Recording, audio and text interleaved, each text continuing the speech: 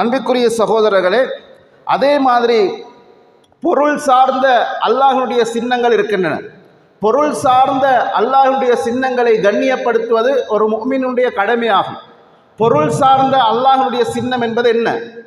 பொருள் சார்ந்த அல்லாஹ்வுடைய சின்னம் என்பது குர்பானிக்குரிய மிருகங்களைத்தான் அல்லாஹு தாலா குறிப்பிடுகிறான். வல்புத்ன ஜஅல்நாஹா லக்கும் மின் ஷஆஇரில்லாஹ். அல்லாஹு தாலா சொல்கிறான், ஒட்டகத்தை அல்லாஹ்வுடைய சின்னங்களில் ஒன்றாக வைத்திருக்கிறான். வல்புத்ன ஜஅல்நாஹா லக்கும் மின் ஷஆஇரில்லாஹ். அல்லாஹு தாலா ஒட்டகத்தை அல்லாஹ்வுடைய சின்னமாக அடையாளப்படுத்துகிறான். ஒட்டகத்தை அடையாளப்படுத்துகிறான் என்று சொன்னால் குர்பானிக்குரிய பிராணிகளை அல்லாஹு தாலா அடையாளப்படுத்துகிறான். எனவே நாம் ஹஜ் பெருநாளை எதிர்நோக்கி இருக்கிறோம். குர்பான் கொடுப்பதற்கான ஏற்பாடுகளில் இருக்கிறோம். எனவே அவற்றை நாம் சரியான முறையில் செய்து கொள்ள வேண்டும். முதலாவதாக, ஒரு மாட்டுக்கு ஃபோமிட் எடுத்தால் அந்த ஒரு மாட்டை தான் கொண்டு வர வேண்டும். நிறைய இடங்களில் முஸ்லீம்கள் எத்தனையோ லட்சம் ரூபாய் கொடுத்து மாடுகளை வாங்குகிறார்கள். அற்பமாக 2000 அல்லது 20,000 30,000க்குள் கிடைக்கின்ற ஃபோமிட்டுகளை வாங்காமல் ஒரே ஃபோமிட்டில் 5-6 மாடுகளை கொண்டு வருகின்ற நிலைமையை பார்க்கிறோம். எத்தனையோ மாடுகளை முறையற்ற முறையில் போக்குவரத்துக்கு உட்படுத்துவதை நாம் பார்க்கிறோம். ஆனால் இஸ்லாம், அல்லாஹ்வுடைய சின்னத்தை நீங்கள் கண்ணியப்படுத்துங்கள்.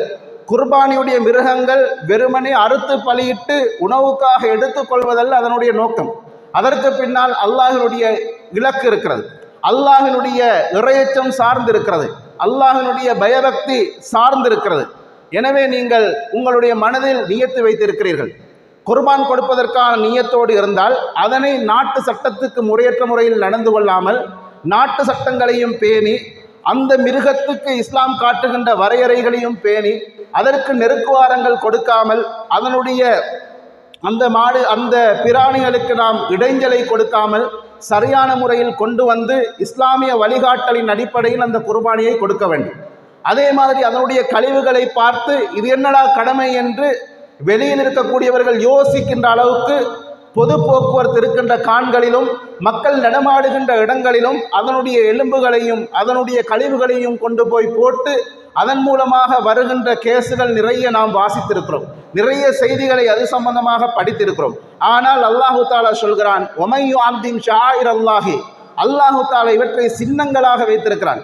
இந்த சின்னங்களை நீங்கள் சரியாக அந்த கடமைகளை நிறைவேற்றுங்கள்.